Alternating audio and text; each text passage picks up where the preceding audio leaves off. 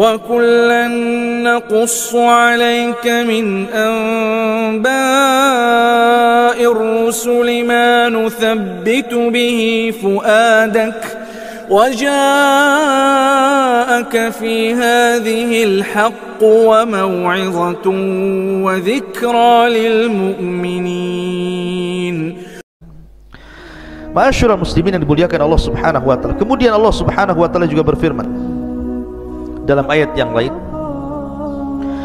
walaqad atayna Dawuda minna fadla ya jibalu awwibi ma'ahu wat-tayra wa alanna lahul hadid ani'mal sabighati wa qaddir fis syarri wa'malu salihan inni bima ta'maluna basir.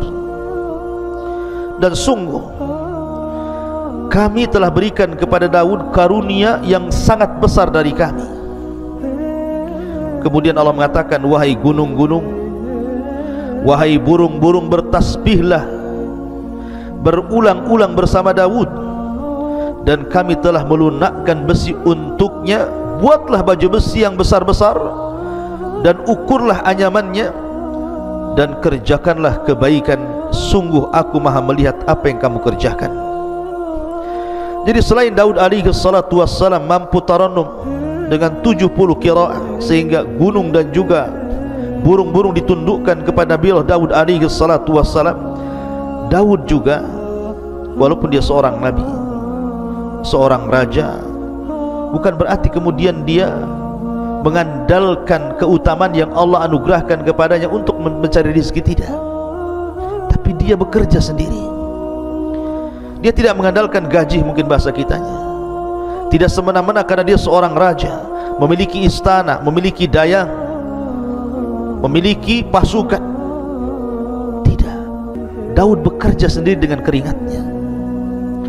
Salah satu pekerjaan yang masyhur, dan ini salah satu mukjizat yang Allah anugerahkan kepada Daud juga, dia mampu membuat baju besi tanpa ada pembakaran api.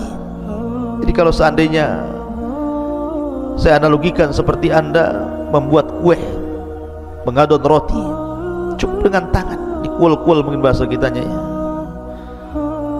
dirakit sendirian dengan tangannya, seolah-olah sudah ada panas di dalam tangannya itu, sehingga dia membuat baju besi itu tinggal membelok-belokkan saja. Dan dia adalah orang yang pertama kali membuat baju besi perang. Makanya wajar kalau tentaranya kuat, karena di zaman itu tidak dikenal tentang baju besi. Dialah yang mencetus pertama pembuatan baju besi dengan mukjizat dari Allah Subhanahu wa taala, mampu merangkai baju besi tanpa harus dibakar. Cukup kemudian dirakit dengan tangannya, dan baju besinya sangat indah, sangat kokoh. Dia walaupun besi tetapi ringan dipakai. Dan itu keutamaan Nabi Allah Daud, dan itu bagian daripada mukjizat yang Allah anugerahkan selain daripada faslul khitab tadi. Dan ini juga pelajaran bagi anak-anak muda. Terkadang banyak orang-orang yang kemudian kuliah tinggi-tinggi dengan harapan setelah selesai kuliah langsung menjadi direktur perusahaan, owner perusahaan. Ya, terkadang ada orang yang seperti itu. Tapi terkadang Allah uji setelah dia kuliah tinggi-tinggi, rupanya pengangguran, malas. Dia malu untuk bekerja, umpamanya ngojek kah, driver apa gitu kan, atau bangunan, atau mungkin jualan kecil-kecilan. Alasannya saya sudah sarjana, sudah S3 pun tak mungkinlah saya bekerja seperti kalian yang tidak sekolah. Subhanallah. Daud alaihi salatu wassalam ini jauh lebih mulia dibandingkan Anda. Dia seorang raja, memiliki istana, dayang-dayang, kekuatan, kekayaan. Bahkan dia seorang ahli ibadah yang tidak pernah meninggalkan puasa dan tidak pernah meninggalkan qiyamul lail. Tapi dia juga bekerja. Makanya terkadang ada orang-orang yang malas sehingga menjadi peminta-minta. Kita lihat di lampu merah itu, terkadang kita melihat orangnya kuat, kekar, masih muda, kerjanya minta-minta. Lihatlah bagaimana Nabi Allah Daud mengajarkan kepada kita, walaupun dia seorang nabi, seorang raja, dilimpahkan karunia yang banyak, tetap saja dia bekerja dengan amalan tangannya. Makanya Nabi SAW bersabda, ma akala ahadun ta'aman qad khairan min an ya'kula min amali yadihi, wa anna Nabi Allah Daud kana ya'kulu min amali yadihi. Tidaklah seseorang itu memakan sebuah makanan yang jauh lebih baik dibandingkan makan itu hasil jerih payah tangannya. Dan sesungguhnya Nabi Allah Daud, beliau memakan dari hasil tangannya. Ma'asyiral muslimin yang dimuliakan Allah Azza wa Jalla, maka dari sini mengisyaratkan bahawa Nabi Daud alaihi salatu wassalam beramal sendirian, bahkan dilebihkan dari para nabi. Dan kebiasaan para nabi juga, mereka bekerja. Ibrahim alaihi salatu wassalam, dia jual baju, dia membeli baju di pasar di tempat lain kemudian dijual di tempat lain. Itu Ibrahim Khalilur Rahman, pemimpin ataupun Abul Anbiya, bapaknya para nabi, bekerja. Zakaria Najjar, mungkin bahasa kita Najjar itu semacam ya pembuat kayu. Di zaman sekarang ini mebel gitu ya. Itulah pekerjaannya Nabi Zakaria alaihi salatu wassalam. Bahkan Rasul tidak malu-malu untuk menjadi ra'il ghanam, penggembala kambing milik tuan Arab. Dan begitulah para nabi mengajarkan kepada kita agar kita bekerja dan bekerja mencari yang baik dan halal. Kulu min tayyibati ma razaqnakum. Ma'asyiral muslimin yang dimuliakan Allah Subhanahu wa taala. Kemudian kalau kita melihat bagaimana keistimewaan Nabi Allah Daud alaihi salatu wassalam, juga Allah Subhanahu wa taala berfirman di dalam Al-Qur'anul Karim, wa laqad atayna Dawuda wa Sulaiman ilma wa qala alhamdulillahi alladhi faddalana ala katsirin min ibadina al-mu'minin. Dalam surah An-Naml ayat 15 Allah katakan, dan sungguh kami berikan kepada Daud dan Sulaiman ilmu yang banyak. Kemudian keduanya pun bersyukur kepada dan mengatakan, alhamdulillah, segala puja dan puji hanya milik Allah yang telah mengaruniakan kepada kami dibandingkan kebanyakan dari hamba-hambamu yang beriman. Bersyukur. Jadi Daud dan juga Sulaiman mengajarkan kepada kita, nikmat apapun yang Allah anugerahkan kepada kita itu datang dari Allah. Bersyukurlah kepada Allah Azza wa Jalla akan nikmat itu. Aku itu nikmat dari Allah. Jangan seperti Qarun, yang awalnya dia seorang pembaca Taurat hebat, memiliki suara indah membaca Taurat. Qarun itu orang yang dekat dengan Nabi Musa, ahli ibadah. Awalnya dia baik. Ketika dia baru dianugerahkan rizki oleh Allah Azza wa Jalla, dia masih mau sedekah, bayar zakat. Tapi setelah Allah anugerahkan kekayaan yang begitu besar kepada Qarun, dia pun sombong dan mengatakan, innama utitu min ilmin indi, kekayaan ini datang dariku, bukan dari Allah, karena kecerdasanku. Mungkin bahasa kitanya, karena saya sudah kuliah tinggi-tinggi, kalau saya sekarang kaya, jadi manajer, jadi owner perusahaan, wajar itu karena kecerdasanku. Dia lupa bahwa yang berikan rizki itu Allah Subhanahu wa ta'ala. Akui itu nikmat dari Allah. Bersyukur dengan cara mengeluarkan rizki Allah itu kepada sesuatu di jalan Allah. Karena banyak orang-orang itu yang mencari rizki dengan cara halal, tetapi kemudian diinfakkan dengan cara yang haram. Harta anda akan ditanya di hadapan Allah, min aina iktasabahu wa fima anfaqahu. Kemana, dari mana kau hasilkan harta itu, kemana kau belanjakan? Semua akan ditanya. Maka di sini pelajaran yang sangat berharga dari Nabi Allah Daud dan juga Sulaiman putranya. Beliau memuji Allah Subhanahu wa ta'ala, alhamdulillah. Makanya Nabi Allah Sulaiman alaihi salatu wassalam diberikan anugerah kekayaan yang mungkin jauh lebih hebat dibandingkan ayahnya, tapi dia mengatakan, hadza min fadli rabbi, ini semua karunia Allah, liyabluwani aashkuru an aghfur. Sengaja Allah menguji diriku, kata Sulaiman, apakah aku akan menjadi hamba Allah yang bersyukur ataukah menjadi hamba Allah yang kufur. Karena bagaimanapun kekayaan itu difirmankan Allah Azza wa Jalla, kalla innal insana la yatgha an ra'ahu stagna. Tapi banyak orang-orang yang kemudian melampaui batas dalam hidupnya ketika Allah berikan kecukupan kepadanya. Na'udzubillah. Ma'asyiral muslimin yang dimuliakan Allah Subhanahu wa ta'ala, ketika para ulama memberikan catatan bahwa dalam surah An-Naml ayat 15 ini,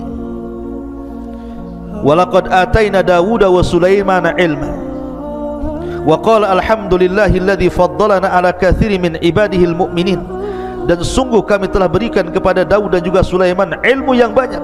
Kemudian keduanya memuji Allah dan mengatakan segala puja dan puji hanya milik Allah yang telah melebihkan kami dari kebanyakan hamba-hamba Allah yang beriman. Allah berikan nikmat yang luar biasa kepada dua nabi ini. Salah satunya Nabi Allah Daud alaihi salatu wasallam. Apa saja nikmat yang Allah anugerahkan kepada Nabi Allah Daud alaihi salatu wasallam? Yang pertama, al-quwwah al-ilmiyah, kekuatan pengetahuan yang cerdas. Makanya Allah mengatakan dalam surah Al-Baqarah ayat 251, wa 'allamnahu wa 'allamahu mimma yasha, dan Allah ajarkan pengetahuan kepada siapa dari hambanya sesuai dengan kehendaknya. Ma'asyiral muslimin yang dimuliakan Allah Azza wa Jalla, dan Nabi Allah Daud diberikan pengetahuan yang luar biasa, kepahaman, kecerdasan yang luar biasa. Yang kedua, al-quwwatul badaniyah, dia dianugerahkan kekuatan badan, kekuatan fisik, sehingga tadi bisa membuat baju besi dengan tanpa ada pembakaran. Cukup dengan tangannya saja dirangkai sedemikian rupa, akhirnya menjadi baju besi. Dan Allah katakan dalam surah Saba ayat 10, wa alanna lahul hadid, dan Allah lembutkan besi kepada Daud alaihi salatu wasallam, dan itu bentuk kekuatan fisik beliau. Kemudian yang ketiga, quwwatul mulki bitaskhiril asbabil madiyati wal ma'nawiyati liuqawwi mulkahu min kathratil junud wa husni sirati wal adli wal fasli fil khusumat. Kekuatan kerajaan dengan berbagai macam sebabnya, sehingga dengan kecerdasannya dan kekuatan fisiknya akhirnya kuat kerajaannya, dicintai oleh Bani Israel. Dia mampu mengelola kerajaan begitu baik, tentaranya kuat, dan dia memiliki akhlak yang sangat mulia dan dicintai rakyatnya. Dia seorang yang adil dalam memberikan keputusan, dan dia paham bagaimana cara menyelesaikan sebuah urusan, permasalahan, problematika yang dihadapi umatnya. Makanya Allah mengatakan wasyadadna mulkahu dalam surah Sad yang saya tadi bacakan ayat 20, dan kami kuatkan kerajaannya. Kemudian yang keempat, al-isabatu fil qawli wal fahmi fil qadha, tepat sasaran apabila memutuskan sebuah perkara. Kalau ada orang konflik, bermasalah, datang kepada Nabi Daud, langsung bisa diselesaikan urusannya, seketika langsung selesai urusannya. Makanya Allah mengatakan wa atainahul hikmata wa faslal khitab, faslal khitab, paham dengan urusan orang. Kemudian yang nomor 5, al-manzilatul aliyatu indallah, dan ini yang paling luar biasa. Daud memiliki keistimewaan yang tinggi di sisi Allah Subhanahu wa ta'ala, sehingga Allah mengatakan dalam surah Sad ayat 25, faghafarna lahu dzalik wa inna lahu indana la zulfa wa husnal ma'ab, dan kami ampuni dosa-dosanya, dan sungguhnya Daud di sisi kami, kata Allah, sungguh hamba Allah yang mendekatkan diri kepadaku, dan dia akan mendapatkan kebaikan tempat kembali kelak. Kemudian yang nomor 6, al-barakatu fil waqti wa taysirul qiraati alaihi, barakah dalam waktu, karena Daud itu tidak pernah menyanyiakan waktunya walaupun 1 detik. Bagaimana tidak di malam hari dia tahajud, kanu minal laili ma yahjaun. Jadi Daud itu menghidupkan setiap malamnya. Dan begitulah adatul anbiya, kebiasaan para nabi. Lihat Rasulullah SAW sampai diwajibkan qiyamul lail bagi dia, sehingga di masa tuanya kaki-kaki Rasul pecah-pecah, sehingga Aisyah radhiyallahu anha mengatakan, ya Rasulullah, kau sudah sepuh, sudahlah kerjakan yang wajib-wajib, tinggalkan yang sunnah-sunnah. Tapi Rasul mengatakan, ya Aisyah, afala akuna abdan syakur, salahkah saya menjadi hamba Allah yang bersyukur? Maka salat melahirkan syukur. Daud tidak pernah menyanyiakan di waktu malam, dan tidak menyanyiakan di waktu siang. Dia berpuasa dan berjihad. Subhanallah.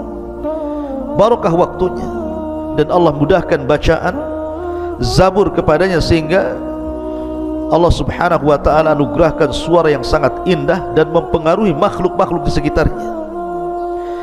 Kemudian nomor 7, husnus saut, indahnya suara. Saya katakan Daud memiliki 70 qiraah. Satu qiraah lebih indah daripada qiraah berikutnya, dan itu keistimewaan. Makanya saya katakan, anda yang memiliki suara emas, suara indah, gunakan untuk baca Quran. Bukankah Rasul yang mengatakan, man qara harfa min kitabillah falahul hasanatu wal hasanatu bi asyri amthaliha, la aqulu alif lam mim harfun walakin alifun harfun wa lamun harfun wa mimun harfun, kata Rasul. Saya membaca satu huruf, siapa yang membaca satu huruf dalam Al-Quran, maka dia dapat satu kebaikan yang dilipat gandakan 10 kali lipat kebaikan.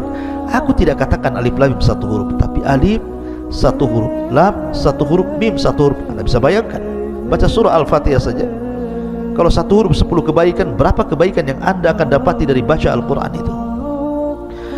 Ma'asyiral muslimin yang dimuliakan Allah subhanahu wa ta'ala, adapun beberapa kisah yang terkait dengan Nabi Allah Daud alaihi salatu wassalam disebutkan dalam riwayat Abi Hurairah radhiyallahu anhu. Jadi ketika Allah subhanahu wa ta'ala menciptakan Adam alaihi salatu wassalam, kemudian meniupkan ruh, kemudian dia pun bersin, kemudian Allah mengajarkan untuk membaca Alhamdulillah, kemudian Allah jawab yarhamukallah, kemudian Allah mengatakan idhab ila ulaikal malaika, wahai Adam, temui para malaikat yang ada di hadapan, ucapkan kepada mereka assalamualaikum. Maka Adam pun kemudian datang kepada para malaikat mengucapkan assalamualaikum, dan malaikat menjawab waalaikumsalam warahmatullahi wabarakatuh. Kemudian Adam kembali kepada Allah dan mengatakan inna hadhihi tahiyyatuka wa tahiyyatu ummatika ya Adam. Inilah salam penghormatan kepadamu dan salam penghormatan bagi umatmu. Makanya Nabi juga memerintahkan untuk menyebarkan salam, karena itu bagian daripada merekatkan hati. Kata Nabi SAW, absus salam bainakum, sebarkan salam di antara kalian. Maka setelah itu kemudian Allah subhanahu wa ta'ala mengusap punggung Nabi Adam alaihi salatu wassalam. Kemudian Adam diperlihatkan keturunannya. Maka ketika Adam kemudian melihat keturunannya, dilihatnya ada satu orang dari turunan Adam alaihi salatu wassalam memiliki cahaya di dahinya, dan itu sangat menakjubkan Adam alaihi salatu wassalam. Kenapa orang ini bercahaya, dan siapa dia? Akhirnya kemudian Adam mengatakan, ya Rabb, man hadha, siapa orang itu? Dari turunanku yang bercahaya itu siapa? Maka Allah mengatakan, hadha ibnuka Daud, itu turunanmu, namanya Daud alaihi salatu wassalam. Qad kutibat lahu umru arba'ina sana, Allah sudah catat dia hanya punya umur 40 tahun saja. Ketika mendengar usianya pendek, sementara Adam sudah takjub dengan Daud alaihi salatu wassalam, dia mengatakan, ya Rabb, zid fi umri, zid fi umri, tambahkan usianya. Maksudnya, ambil usiaku, tambahkan usianya. Kalau memang dia hanya usianya 40 tahun, tambahkan 60 lagi, genapkan menjadi 100 tahun usianya, biar dia agak panjang sedikit. Akhirnya kemudian ditakdirkan Daud pun diberikan usia Adam 60 tahun sehingga genap menjadi 100 tahun. Di saat Adam sudah berusia 940 tahun, artinya sudah waktunya dia wafat, datang malakul maut, dan Adam sudah sepuh. Ketika malakul maut hendak mencabut ruhnya Adam, Adam lupa bahwa usia dia sudah diberikan 60 tahun kepada Daud, sehingga dia tidak mau dicabut nyawanya, dan tetap mengatakan, bukankah usiaku 1000 tahun? Tunggulah 60 tahun lagi, katanya. Malaikat maut mengingatkan, bukankah usiamu sudah diberikan kepada anak cucumu Daud alaihi salatu wassalam? Adam lupa. Makanya dari situlah manusia disebut al-insan, diambil dari kata nisyan, lupa. Karena Adam lupa, maka lupa ini pun berlaku kepada setiap turunan Adam, maka kita disebut insan. Tapi lihat di sini ada hubung kait antara Nabi Allah Adam alaihi salatu wassalam dengan Nabi Allah Daud. Karena keistimewaan Daud sampai Adam menyisihkan usianya 60 tahun untuk Nabi Allah Daud alaihi salatu wassalam. Ma'asyiral muslimin yang dimuliakan Allah subhanahu wa ta'ala. Kemudian kisah yang kedua, ketika Nabi Daud alaihi salatu wassalam, kita tahu bahwa Nabi SAW bersabda dalam hadis, masih dari hadis Abu Hurairah radhiyallahu yang terdapat dalam Musnad Imam Ahmad. Jadi Daud itu memiliki kecemburuan yang luar biasa dalam ibadah. Jadi kalau seandainya dia keluar, idza kharaja, kalau dia keluar, ughliqat al-abwab falam yadkhul ala ahlihi ahad. Kalau dia keluar, dia tutup ruangan khusus, sampai keluarganya pun tidak boleh masuk ke ruangan itu sampai dia kembali. Jadi suatu ketika dia keluar, zata yaumin wa ghallaqatid dar, dan dia pun menutup ruangannya khusus itu, tidak boleh ada yang masuk sampai keluarganya. Kemudian fa'aqbalat imra'atuhu, tiba-tiba kemudian salah satu istrinya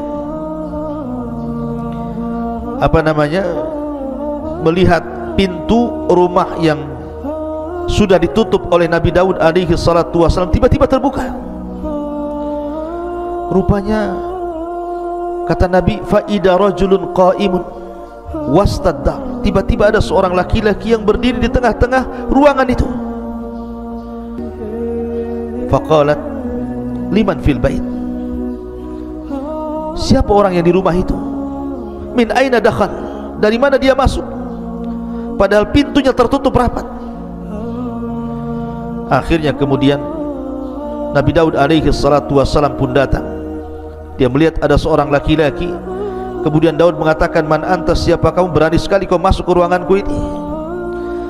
Maka orang ini mengatakan, ana alladhi ahabul muluk wala yamtani'u minni syai'un, saya adalah malaikat yang paling ditakuti dan tidak ada yang mampu menghalangi aku sedikit pun. Faqala Daud, anta, maksudnya apakah kamu malakul maut? Maka dia mengatakan, ya, saya malakul maut. Fa marhaban bi amrillah, maka dia pun mengatakan, selamat datang, kalau ini memang perintah Allah subhanahu wa ta'ala, maka aku sudah siap. Akhirnya kemudian dia pun dicabut rohnya di tempat itu. Ma'asyiral muslimin yang dimuliakan Allah subhanahu wa ta'ala. Kemudian kisah yang lain, Nabi Allah Daud alaihi salatu wassalam dan seorang wanita atau dua orang wanita. Jadi ada kisah dua orang wanita, dua-duanya punya bayi, dan itu disebutkan dalam Sahih Bukhari dan Muslim dari Abu Hurairah radhiyallahu an, bainama imra'atani ma'ahuma ibnahuma ja'a dhi'bu fadhahaba bibnin ihdahuma. Jadi dua orang wanita ini dua-duanya punya bayi, mandi di sebuah sungai. Bayi diletakkan begitu saja, datanglah serigala kemudian memakan salah satu dari bayi itu. Lah dua saudari ini akhirnya saling mengklaim bahwa bayi yang masih hidup adalah bayinya. Kata adiknya, ini bayi saya. Kata kakaknya, ini bayi saya. Akhirnya keduanya menghadap Nabi Allah Daud alaihi salatu wassalam. Lah kakak yang tertuanya mengatakan kepada Daud bahwa ini bayi saya, kemudian dia berhujjah. Sehingga Daud terpengaruh dengan ucapan wanita itu dan mengatakan, kalau begitu bayi ini milikmu. Yang adiknya menangis. Sampai datang anaknya Nabi Allah Sulaiman mengatakan, wahai ayahku, izinkan aku untuk memutuskan perkara ini. Kata ayah, silakan. Maka Nabi Allah Sulaiman mengatakan, kembalikan bayimu itu. Bagaimana kalau saya potong jadi dua bayimu, dari pusar ke bawah ambil, dari pusar ke atas kau ambil. Rupanya sang adik mengatakan, ya Nabi Allah Sulaiman, kalau engkau harus melakukan seperti itu, tidak usah, aku ikhlas. Aku berikan bayi ini kepada kakakku, katanya. Kata Nabi Allah Sulaiman, sungguh bayi itu milikmu. Kenapa? Nabi Allah Sulaiman melihat bahwa ada hubung kait antara wanita dengan bayi ini. Ada perasaan yang sangat lembut, insting yang sangat kuat, memang itu anaknya. Makanya dua nabi ini luar biasa, diberikan kecerdasan luar biasa. Kemudian juga kisah yang berikutnya juga disebutkan dalam surah Sad. Saya ulangi dari awal. Jadi Nabi Daud alaihi salatu wassalam ini diberikan oleh Allah subhanahu wa ta'ala kecerdasan yang luar biasa, dan dia membagi waktunya menjadi tiga waktu. Jadi satu hari untuk memutuskan perkara, satu hari untuk melihat-lihat rakyatnya, dan satu hari untuk beribadah. Dihabiskan satu hari itu untuk beribadah kepada Allah azza wa jalla. Jadi suatu hari disebutkan di dalam Al-Quran surah Sad ini, wa hal ataka naba'ul khasmi id tasawwarul mihrab, dan apakah telah sampai kepadamu berita orang-orang yang berselisih ketika mereka memanjat dindingnya mihrab.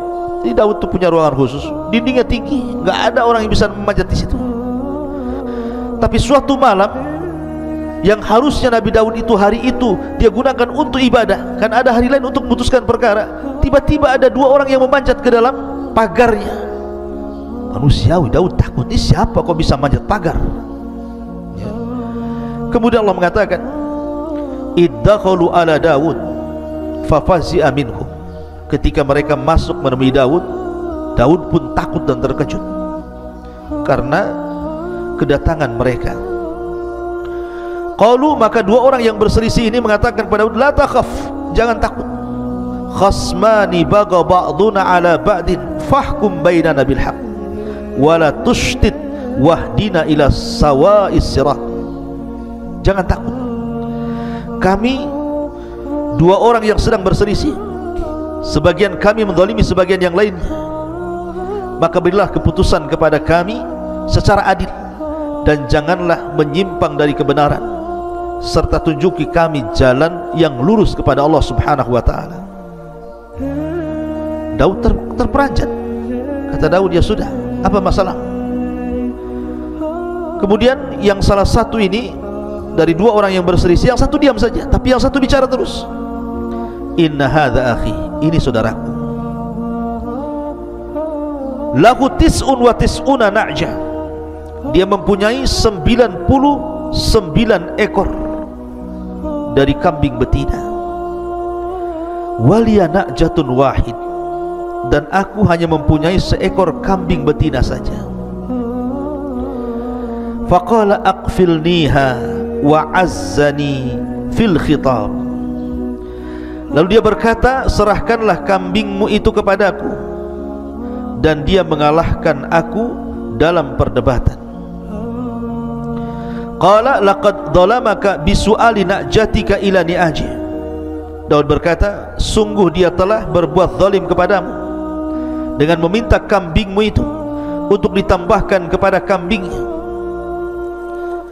Jadi dua orang ini, yang satu punya kambing 99 ekor, yang satu memiliki satu kambing. Yang 99 ekor ini bersiasat supaya satu kambing ini diserahkan kepadanya sehingga genap menjadi 100.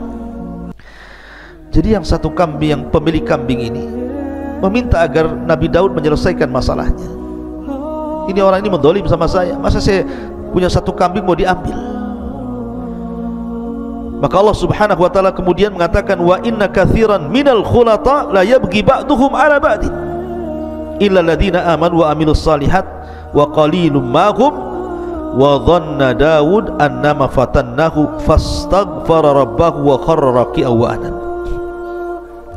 Kalau Allah subhanahu wa ta'ala mengatakan, dan sungguh memang banyak di antara orang-orang yang bersekutu itu benar-benar berbuat zalim sebagian mereka kepada sebagian yang lainnya. Masalahnya di sini Nabi Daud alaihi salatu wassalam dalam hal ini memang kurang bijak. Karena Nabi Allah Daud alaihi salatu wassalam hanya mendengarkan satu pihak dan tidak mendengarkan pihak lain. Dia hanya mendengarkan dari pihak orang yang satu kambing itu, yang mempunyai satu kambing, dan tidak mendengarkan pihak yang kedua yang memiliki 99 kambing. Masalahnya apa sehingga dia mau ngambil satu kambing itu? Harusnya kan dua-duanya. Oke, masalahnya apa? Karena kalau orang berserikat itu kebanyakan mereka pasti ada masalah. Karena Allah yang mengatakan kalau orang sudah berserikat dalam usaha, kebanyakan itu satu dengan yang lain pasti saling menzalimi. Sedikit sekali orang yang berserikat itu berakhir dengan kebaikan, rata-rata berakhir dengan keburukan. Satunya menzalimi, satunya mendustai, satunya mengambil hasilnya, satunya begitu seterusnya. Ada yang mengatakan asbab nuzul ayat ini. Dan ini sekali lagi kisah Bani Israel. Dan kaedah ketika kita mendengar kisah Bani Israel, kalau memang kisah itu sesuai dengan Al-Quran dan Sunnah, kita terima. Tapi kalau kisah itu tidak sesuai dengan Al-Quran dan Sunnah, maka kita tolak. Maka kenapa kita tidak boleh membenarkan secara mutlak, tidak boleh mendustakan secara mutlak? Walaupun Rasul mengatakan hadithu am Bani Israel wala haraj, kisahkan tentang Bani Israel dan tidak mengapa. Jadi Nabi Daud suatu ketika keluar rumah, rupanya melihat ada seorang wanita yang sedang mandi, nampak auratnya. Tiba-tiba Nabi Daud tertarik dengan wanita itu. Akhirnya dia bersiasat, karena setelah ditelisik rupanya wanita itu bukan seorang gadis, tapi seorang wanita yang sudah bersuami, dan nama suaminya Uria. Jadi akhirnya Nabi Daud bersiasat ingin mengambil wanita itu, masalahnya dia bersuami. Maka ketika Daud mempersiapkan pasukan perang, maka dia panggil Uria, suami daripada wanita itu, untuk terlibat dalam perang, kemudian diletakkan di tengah-tengah pasukan supaya dia mudah terbunuh. Akhirnya berangkatlah pasukan itu, dan suami daripada wanita ini Uria dilibatkan di tengah-tengah pasukan, bahkan paling depan. Akhirnya terbunuhlah wanita itu, terbunuhlah suami dari wanita itu. Maka Daud pun mengambil janda daripada mujahid itu. Sekali lagi, ini kisah dusta. Tidak mungkin seorang nabi melakukan seperti itu. Seolah-olah di sini Allah Subhanahu wa taala mengatakan, wa dhanna Daud annama fatannahu fastaghfara rabbahu wa kharra raqian wa anab. Daud menduga bahwa kami mengujinya, maka dia pun mohon ampun kepada Allah, lalu menyungkur sujud dan bertobat. Jadi seolah-olah orang ini ketika mengatakan, saya punya satu kambing, yang ini 99 kambing, seolah-olah kau ni Daud punya istri 99, karena istrinya Daud itu banyak, 99 istri. Tiba-tiba engkau ingin menambah satu istri dengan cara zalim seperti itu, melibatkan suaminya dalam perang supaya mati. Sama dengan kisah ini, orang ini memiliki 99 kambing, kemudian saudara yang memiliki satu kambing, kemudian yang 99 yang punya kambing ini hendak menzalimi saudaranya dan mengambil satu kambing biar dimasukkan menjadi 100. Maka Daud pun sadar, jangan-jangan ini peringatan bagi dia. Makanya dia langsung minta ampun kepada Allah, langsung sujud dan kembali kepada Allah Azza wa Jalla. Sekali lagi, kisah ini kisah dusta. Maka kita hanya melihat dohir kisah Al-Quran, tidak ada hubung kait dengan wanita tadi ataupun dengan Uria yang dilibatkan dalam perang. Itu kita, Islam tidak mengenal kisah itu. Dan dari sini Allah mengatakan faghafarna lahu dzalik wa inna lahu indana lazulfa wa husnal ma'ab. Lalu kami mengampuni kesalahan itu, dan sungguh dia mempunyai di sisi kami kedudukan yang benar-benar dekat dan tempat kembali yang baik. Dan Allah katakan, ya Daud, inna ja'alnaka khalifatan fil ardi fahkum bainan nasi bil haq wa la tattabil hawa fayudillaka an sabilillah. Innal ladhina yadilluna an sabilillah lahum adzabun syadid bima nasu yaumal hisab. Allah berfirman, wahai Daud, sesungguhnya engkau kami jadikan penguasa di bumi ini, maka berilah kepada putusan perkara di antara manusia itu dengan sangat adil, dan jangan kau ikut hawa nafsu dirimu, karena akan menyesatkan dirimu dari jalan Allah. Maka siapapun yang tersesat dari jalan Allah, mereka pantas mendapatkan azab yang berat, karena mereka melupakan hari perhitungan. Seolah-olah Allah ingin memberikan pelajaran kepada Daud. Terkadang ada orang yang berselisih dan minta diselesaikan hari ini juga, takkan mungkin menunggu sampai 3 hari. Kalau memang ini urgent, harus diselesaikan, maka uruslah rakyat. Jangan membagi hari menjadi 3 sehingga kalau ada orang masalah nunggu hari di mana Daud alaihi salatu wasallam ada keluangan untuk memutuskan perkara. Kalau memang di hari itu engkau hari beribadah, atau di hari engkau sedang melihat rakyatmu tiba-tiba ada masalah, putuskan hari itu juga. Itu lahir Al-Quran seperti itu. Dan Nabi Allah Daud alaihi salatu wasallam seorang nabi yang dikaruniakan banyak nikmat oleh Allah Subhanahu wa taala, dan Allah anugerahkan kepadanya putra yang luar biasa Nabi Allah Sulaiman alaihi salatu wasallam. Bagaimana kisah Nabi Daud alaihi salatu wasallam dan juga putranya Nabi Allah Sulaiman, dan bagaimana juga kisah Nabi Allah Sulaiman alaihi salatu wassalam, insyaallah kita akan bersambung lain kesempatan. Mudah-mudahan ada manfaatnya. Subhanakallah bihamdika asyhadu an la ilaha illa anta astaghfiruka wa atubu ilaik. Assalamualaikum warahmatullahi wabarakatuh.